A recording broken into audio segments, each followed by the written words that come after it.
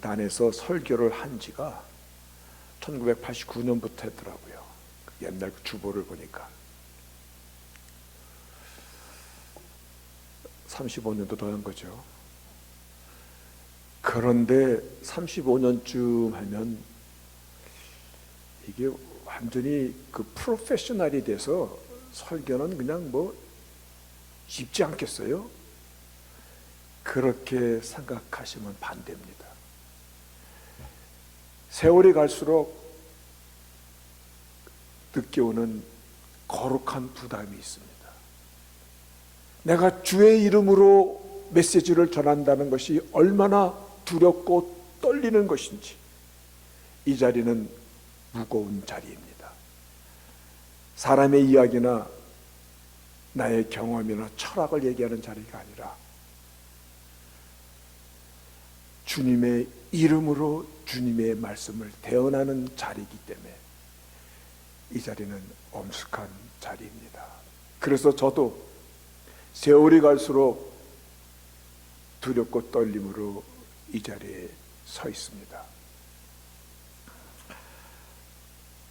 인생을 살면서 숙제가 있습니다. 그 숙제 중에 하나가 시도 때도 없이 불어오는 고난의 파도입니다. 정말 이 고난의 물결이 우리를 덮쳐갈 때 때로는 우리는 절망하고 때로는 우리는 너무 아파서 한숨조차 질 수 없는 어려운 지경에 놓이게 됩니다. 이제 끝났으려니 하면 다른 것이 기다리고, 그래서 우리가 고난에 대한 분명한 데피니션, 정의가 없이는 우리는 늘 방황하거나, 왜 나는 이렇게 운이 없지? 뒤로 넘어졌는데 왜 코가 깨졌지? 정말 허둥지둥대는 삶밖에는 될 수 없음을, 그래서 고난에 대한 이 정의를 하나님께서는 우리에게 어떻게 말씀하시는가, 오늘 그 내용을 나누고자 합니다. 그래서 고난에 대한 하나님의 계획을 우리가 붙잡으로 말미암아 과거의 아픔으로부터 좀 우리가 치료가 되고, 그리고 현재의 고통까지도 내일의 자양분이 되어서 주어진 인생의 때를 아름답게 가꾸어내는 그와 같은 저희들의 삶이 되기를 먼저 주의 이름으로 축복합니다.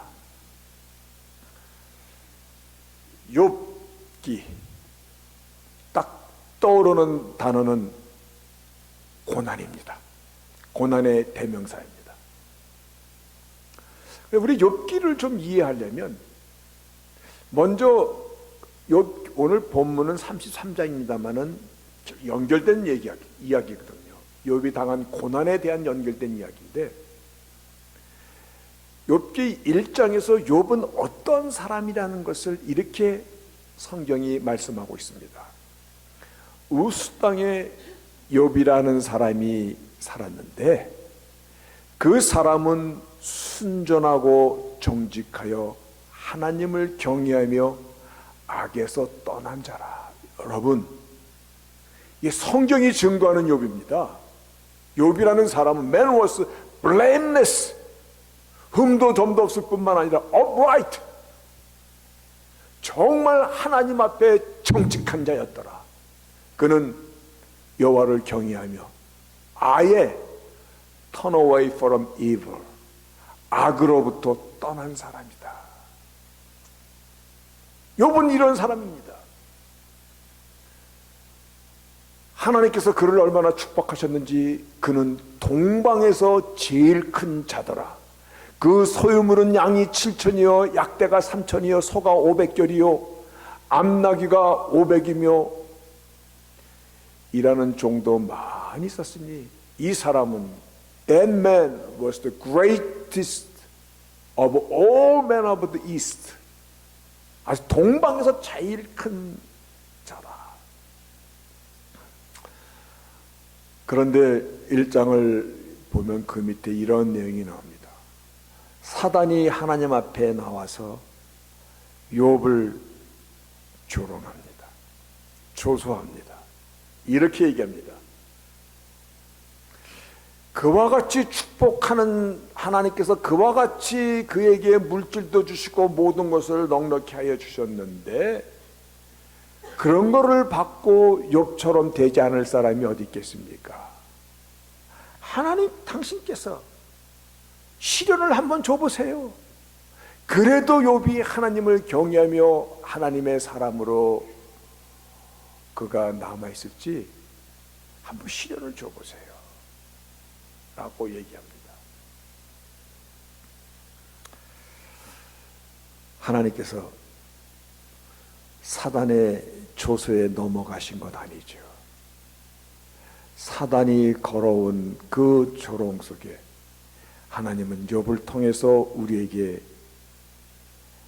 고난의 실체가 무엇인가를 우리에게 말씀해 주시고자, 알게 해 주시고자 욥에게 사단에게 잠시 그를 맡깁니다.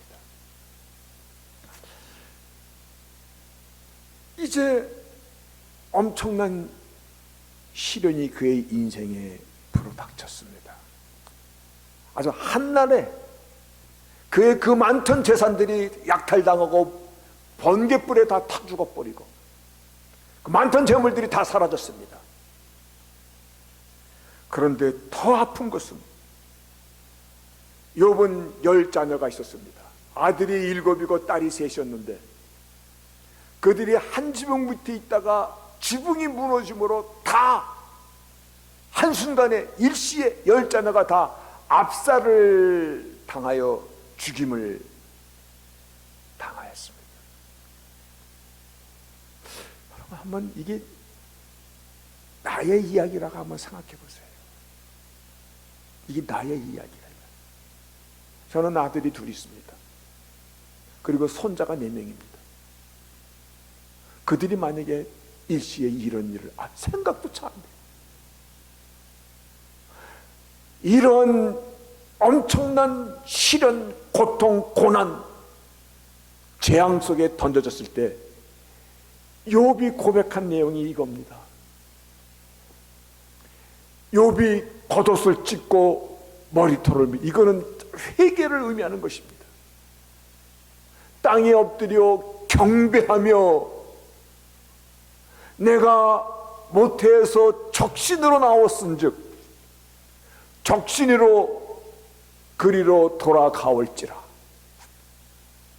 주신 자도 여호와시요 취하신 자도 여호와시오니 여호와의 이름이 찬송을 받을지어다 하고 이 모든 일에 욥이 범죄치 아니하고 하나님을 향하여 어리석게 원망하지 아니하니라. 이것이 욥입니다. 내가 이 땅에 벌거벗고 나왔고 이 땅에 갖고 나온 것이 아무것도 없는 적시로 나왔사온데 하나님이 주셨으니 하나님이 취하시는데 내가 무엇을 원망하리요. 오히려 이러한 고난 앞에서 엄청난 견딜 수 없는 고통 속에서 하나님을 오히려 찬양합니다. 욥은 이런 사람입니다. 그런데 재난이 여기서 끝나지 않았습니다. 머리부터 발끝까지 욥의 몸에 악창이 나서 진물이 흐르는,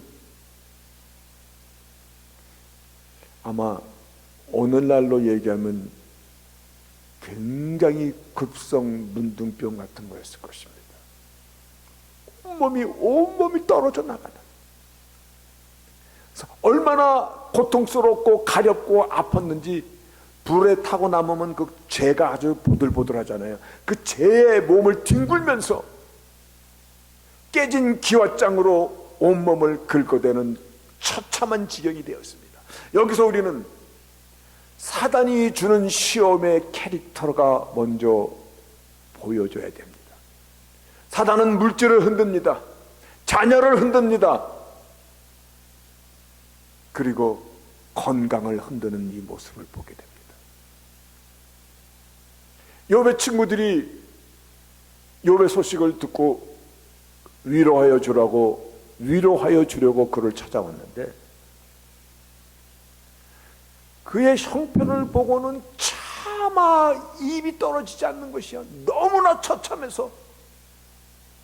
그래서 욥기 2장에 뭐라고 말씀하고 있냐면 7일 7야를 그러니까 일주일 아주 밤낮을 그와 함께 땅에 앉았으나 욥의 곤고함이 심함을 보는 거로 그에게 한 말도 하는 자가 없었더라. 너무나 그 광경이 처참해서 그 어떤 말로도 위로할 수 없고 어떤 말로도 대신할 수 없기에 그냥 일주일 주야를 그 앞에 앉아서 말없이 앉아만 있더라. 친구들이 위로라고 하는 말은 이것이었습니다. 내가 하나님 앞에 엄청난 죄를 짓지 아니하고는 이런 고난을 받을 수 없다. 그러니 하나님 앞에 내 죄를 고백하고 너의 죄를 인정하라 라고 충고를 합니다. 오늘 성경이 그렇습니다. 욥은 하나님 앞에 완전한 자였습니다. 하나님이 인정하는 자였습니다. 그러면 여기서 우리는 하나님께서는 욥의 고난을 통하여 오늘을 살아가는 우리에게 어떤 메시지를 전하시고자 하시는 것입니까? 그렇죠?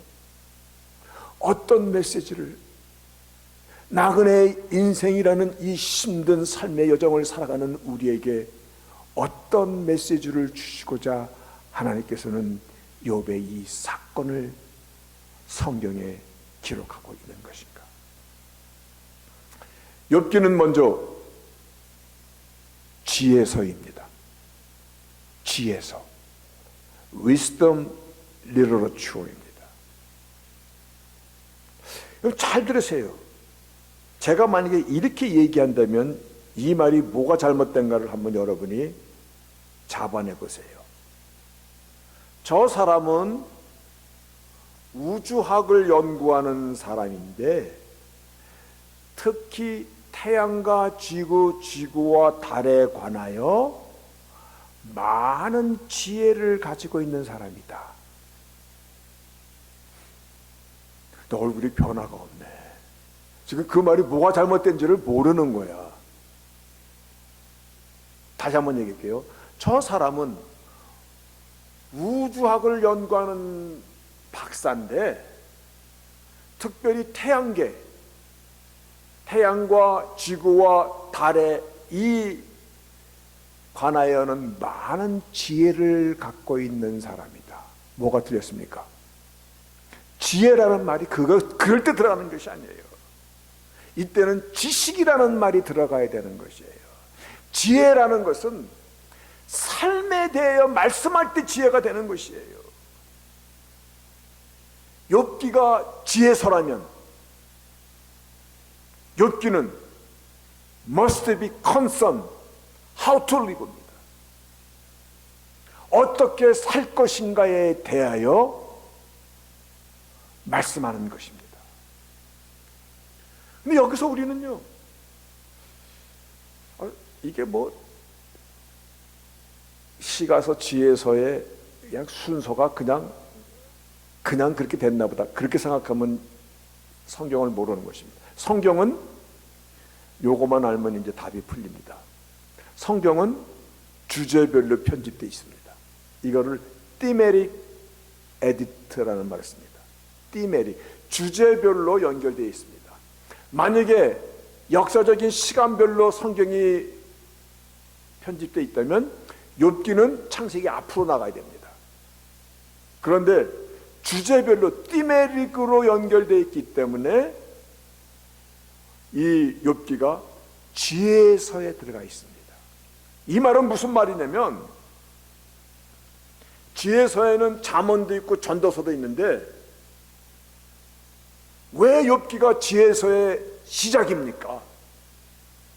왜 욥기가 지혜, 삶에 관한 오픈 스테이트먼트가 되는 것입니까? 오늘 이 질문 앞에 섰을 때 삶의 지혜는 고난에 대해서 바르게 아는 것이다, 이 말입니다. 고난에 대해서 바르게 알지 못하면 왜 나는 이렇게 운이 없고 재수가 없지? 나는 왜 하는 일마다 안 되지?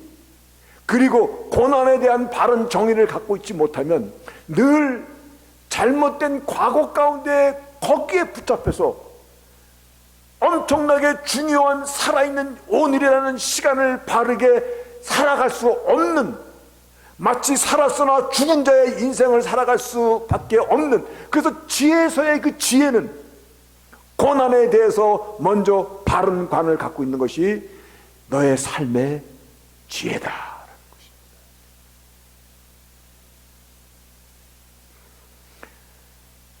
다윗은 시편에 이렇게 고백합니다. 제가 굉장히 오늘은 친절합니다. 여기 프로젝터 다 올렸습니다. 고난당하기 전에는 내가 그릇 행하였는데, 고난당하기 전에는 아주 속된 말로 얘기할게요. 똥인지 된장인지 모르고 막 살았는데 이제는 주의 말씀을 지키나이다. 고난당하는 것이 내게 유익이라. 이로 인하여 내가 주의 율례를, 주의 말씀을, 하나님의 말씀을 비로소 경청하고 그 말씀을 지키며 살아가는 자가 되었나이다. 아멘입니다. 고난은 우리의 삶을 성숙하게, 그리고 주어진 인생의 때를 아름답게 개척해 나가는 시작인 것입니다. 자양분과 같은 것이에요. 그래서 시브리서에 우리가 다 알고 있는 것입니다. 주께서 사랑하시는 자를 징계, affliction, 고난 가운데 두시고 그의 받으시는 아들마다 채찍질 하심이니라. 너희가 참음은 징계를 받기 위함이, 너희가 참음은 징계를 받기 위함이라. 하나님이 아들과 같이 너희를 대우하시나니 어찌 아비가 징계하지 않는 아들이 있으리요. 징계는 다 받는 것이오늘 이것이 없으면 너희는 사생자요 참 아들이 아니니라. 고난은요, 인생 속에서 살다 보니 재수없게 닥친 그러한 사건이 아니라 하나님께서 나의 삶에 일하시는, 하나님께서 나의 삶을 빚어가시는 전능자의 소중한, 말할 수 없는 하나님의 은혜의 손길인 것입니다. 그것을 다윗은 고백하고 있는 것입니다. 여러분, 못난 쇳덩어리 한 조각을 대장간에서 시퍼란 불로 그거를 녹여낼 때 그 쇠가 달구어지고, 그리고 그 쇠를, 달궈진 쇠를 해머나 이런 망치로 두둥기고 물에 담그고 두둥기고 물에 담그고 그 일을 계속하면서 필요한 칼을 만들 수 있듯이, 농사를 짓는 연장을 만들어내듯이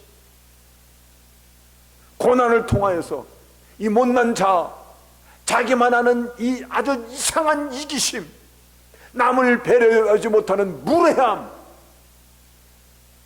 자기는 엄청 소중하면서 남의 소중함을 모르는 이 말도 안 되는 인간상, 내 안에 죄성이 고개를 뻣뻣이 들지 못하도록 내 마음에 파수꾼을 세워주고 나를 다듬어가는 하나님의 손길인 것을.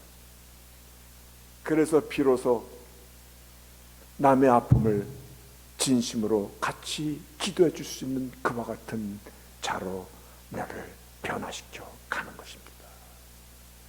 그것이 고난의 비밀입니다.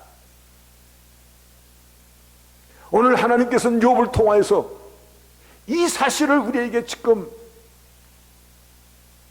이 사실을 알아야만이 인생의 때를 건강하게 믿음의 여정을 살아갈 수 있음을 말씀해 주고 있는 것입니다.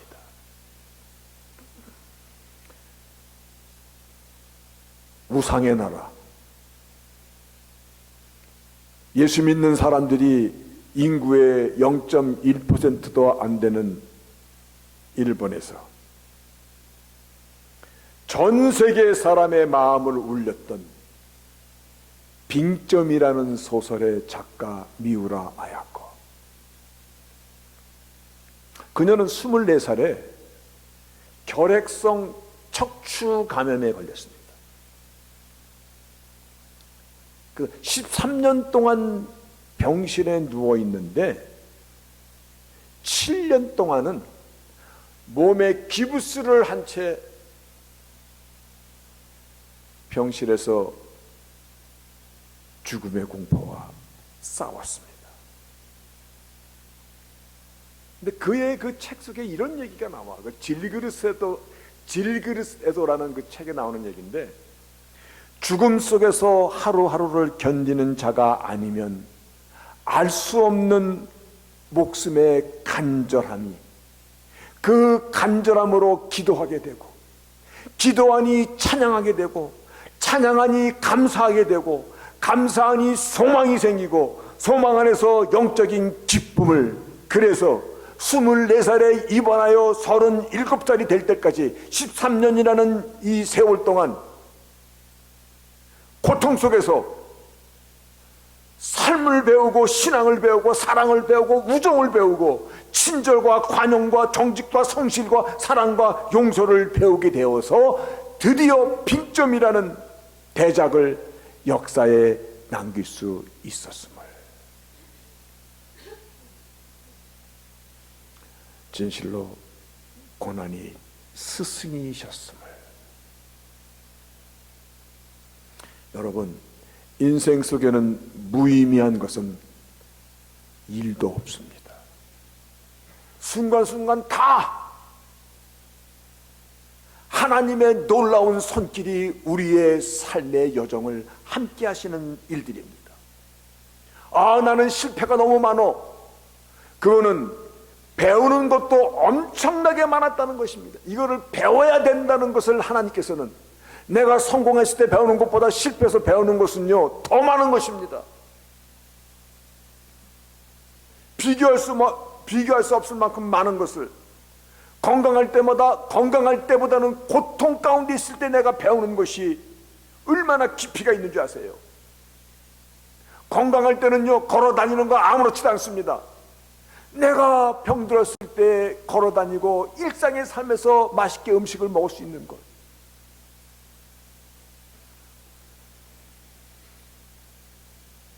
고통 가운데서 하나님의 신실한 자로 거듭나고 또 변화되고 깨지고 부서지고, 그 가운데 정금과 같은 믿음의 사람으로 남겨진 것입니다. 다윗은 시편 119편에 고난이 나에게 유익이라. 네, 그렇습니까? 내 인생에 승승장구만 있었다면 오늘 나는 어떤 인간이 되어 있을까? 아마 가관일 겁니다. 참 웃겨도 보통 웃기는 인간이 밖에는 되지 않았을 것입니다.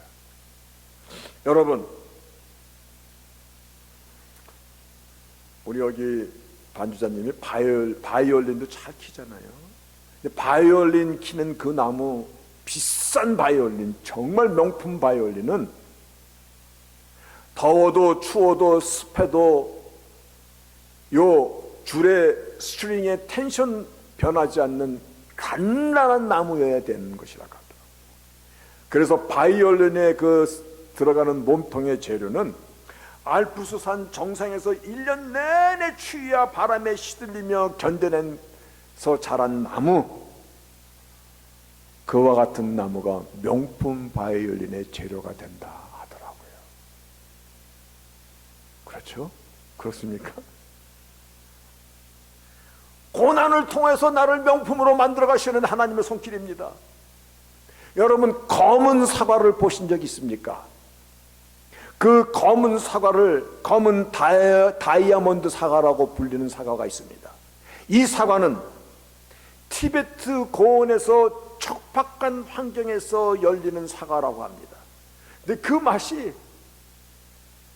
저는 보지도 못했는데 그 맛이 신비하게 맛있다. 그거는 티베트 고원 그 척박한 환경에서 견뎌낸 그 과일나무만이 맺을 수 있는 그와 같은 신비한 사과. 근데 여기서 우리가 한 가지 더 붙잡아야 될 게 있습니다. 무엇이냐면 욥기는 고난이라는 주제를 통해서 하나님의 주권을 선포하는 것입니다. 이게 굉장히 중요한 단어입니다. 욥기의 메인 주제는 고난이라는 채널을 통하여, 고난이 아니에요. 욥기의 메인 주제는 sovereignty, 전능자의 주권을 지금 선포하고 있는 것이에요. 누가 너의 머리털을 건들 수 있으랴? 누가 너의 생명을 해칠 수 있으랴? 바로 이 주제를 설명하고 있는 것이에요. 그런데 우리 인간이 얼마나 약합니까? 욥도 여기서 무너져 갔습니다. 끝이 보이지 않는 고통 속에서, 끝이 보이지 않는 절망 속에서 처음에는 주신 이도 여호와요, 치어가시는 여호와요, 오히려 고통 가운데서도 경배하며 그의 이름을 찬양하였던 그 욥이었는데 어두움의 연속 속에서 그가 이렇게 질문합니다. 하나님, 이 일들이 어찌 된 것입니까? 내가 무엇을 그렇게 당신께 잘못했나이까? 하나님, 저에게 너무너무 하시는 것 아닙니까? 하나님이 의로우시다면서요. 그런데 나는 더 이상 하나님의 의를 믿을 수가 없네요. 기억 없는 고통 속에서 그는 차츰차츰 하나님의 의를 의심하게 됩니다. 그래서 욥기 32장에 이렇게 나갑니다. 욥이 스스로 의롭게 여김으로. 그럴 수 있죠. 그런데 문제는 이겁니다. 욥이 하나님보다 자기를 의롭다 하며, 인간이 하나님보다 더 의롭다라고 같이 욥이 그렇게 생각했던 것이에요. 고통 속에서 무너진 것입니다. 욥은 죄로 인하여 고난을 당한 것은 아니지만 고난 속에서 하나님 앞에 큰 죄를 범합니다. 그래서 이 대답으로 오늘 본문 욥기 33장의 엘리후라는 하나님의 대언자가 오늘 하는 대화의 일부분이 오늘 말씀인데, 그가 이렇게 대답합니다. 하나님은 모든 행하시는 것을 스스로 진술치 아니하시나니 내가 하나님과 변쟁함이 어찌미뇨. 이 말은 이런 것입니다. 전능하신 하나님께서 어떤 일을 나의 인생 속에서 펼쳐 가실 때 나랑 먼저 상의해야 되는 겁니까? 나의 동의가 있어야지 되는 것입니까? 그 뒤에 아, 그 정도는 내가 할 수 있으니 하나님 해보시지요. 내 동의가 있어야지 하나님께서 일을 행하시는 것입니까? 그렇게 생각하십니까? 아니죠. 하나님의 선하심을 믿으십니까? 하나님의 의로심을 믿으십니까? 하나님이 나의 인생의 모든 것의 주권자이심을 믿으십니까? 그렇다면 내가 이해하지 못하는 고난 가운데 있을지라도 하나님은 나의 하나님이십니다. 하나님은 나를 너무나 잘 아세요. 나의 앉는 것도 아시고 일어서는 것도 아시고 나의 생각도 아시고, 내가 아파하고 신음하는 소리 하나님이 어찌 듣지 못하시겠습니까?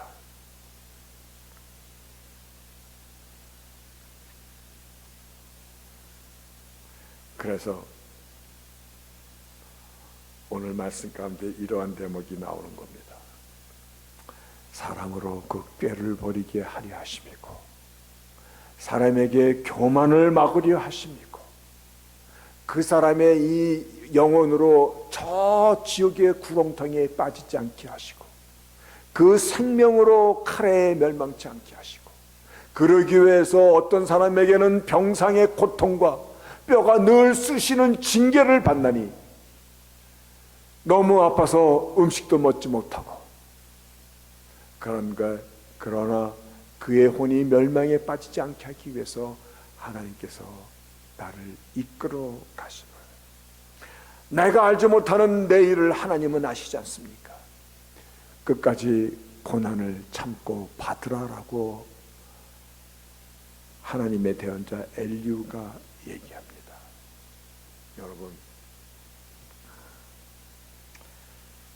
인생의 참된 지혜는, 믿음은, 성숙한 인생으로 나가는 길은 하나님 전능하심을, 하나님의 주권을 믿는 것입니다. 비바람 속에서 그래도 하나님은 거기 계시고, 햇빛 날 때, 잘 될 때, 내일이 형통할 때도 하나님은 거기 계시고, 원치 않는 아픔 가운데 내가 내던졌을 때도 하나님은 그 자리에 계신 것입니다. 이게 하나님의 주권입니다. 참새 한 마리도 하나님이 뜻 바깥에서 앉거나 떨어지지 아니하는데 하물며 너 일소냐라고 하나님께서 우리에게 반문하여 주실 때, 하나님의 선하심을 믿는다면 오늘 고난 가운데 내가 놓여 있을지라도 이 고난을 통하여 나의 인생 항해를 더 하나님의 목적지에 데리고 가시는 하나님의 손길임을 함께 믿어야 될 것입니다. 하나님은 나의 일이 잘 안 될 때도 하나님의 은혜는 변함이 없습니다. 지금 내가 힘든 고난의 강을 건너고 있을지라도 그곳에서도 하나님은 나를 떠나신 적이 없습니다. 나를 향한 하나님의 뜻을 펼쳐가시는 것입니다. 나의 생명의 주인은 오직 여호와 하나님이 한 분입니다. 맞습니까? 그 하나님께 우리 영광의 박수를 올립시다. 그 하나님이 나의 하나님이신 것입니다. 그 하나님은 우리에게 복 주시기를 원하시는 것이 하나님의 진심입니다. 내가 내 마음을 나누니 너에게 평안을 주기를 원하는 것이 내 마음이라고 예레미야 선지자를 통해 말씀하셨듯이, 우리가 다 이해를 못해도 하나님은 영원하신 나의 Heavenly Father, Eternal Father, 영원하신 아버지시에요. 여러분, 인생이 때 잠깐 지나갑니다. 그리고 돌아보면 고난의 때가, 그래서 오늘의 내가 있음을,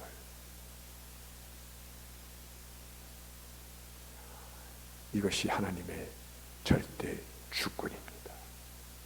하나님의 주권 하에서 아무도 건들지 못한다라는 이 메시지를, 네가 고난 속에 있을지라도 고난은 너를 만들어가는 하나님의 또 다른 축복의 손길이지만 이 손길도 하나님께서 지켜보시는 그와 같은 하나님의 절대 주권임을 붙잡고 2025년 뿐만 아니라 나의 남은 인생의 연한을 달려갈 때